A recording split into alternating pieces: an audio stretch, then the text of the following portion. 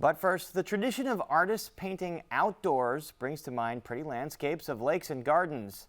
We met a Chicago artist who paints on location and finds beauty in the grit of the city. Producer Mark Vitale has the details on an artist who is very detail-oriented. These are not the images of Chicago you'd see in a visitor's guide. Still, the odd corners the paintings depict are as much a part of the city as Navy Pier or the museum campus. Artist Andy Paczos pedals a bike that hauls his canvas and supplies. He heads to the same location he's worked at for months, a corner of the Van Buren Street Bridge near Wacker Drive. I never spend long at a site when I first decide that I'm going to paint here.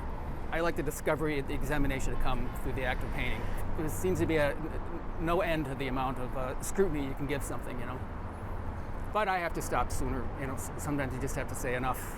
Paczos is attracted to things that are often overlooked.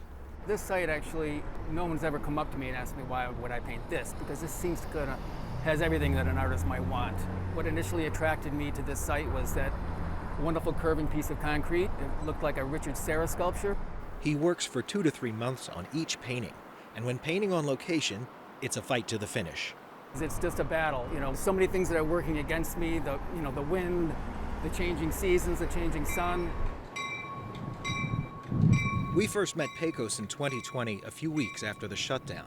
He was doing a study for a painting beside an empty lot near the Western Avenue metro station. Months later, the drawing resulted in this painting. I want to be very specific about everything I'm painting. That has to be galvanized steel. That's very important for me to be very specific about the material. So yes, it's not an impression, but I want just the facts. Those facts don't include people. His paintings are unpopulated. Well, there's no people in my paintings. My paintings generally have a certain solitude about them. I'm just not interested in people that much. I mean, I love them, but I'm not interested in them as a subject matter. And he might even listen to their advice. One time at Rainbow Beach last year, this little girl came up and she's looking at the painting and looking at what I'm painting. And she's like, hey, you missed that, or that's wrong right here. And she was pointing out some angle, and I'm like, you know what, you're right.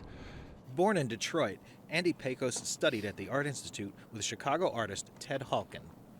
Paczos' works have been featured at the Hyde Park Art Center and the Ed Paschke Art Center. And the artist Chris Ware is a fan and owns a painting. With the amount of time and effort they require, the paintings don't come cheap. I don't make a lot of money, but when I sell them, they go for between $8,000 and $10,000.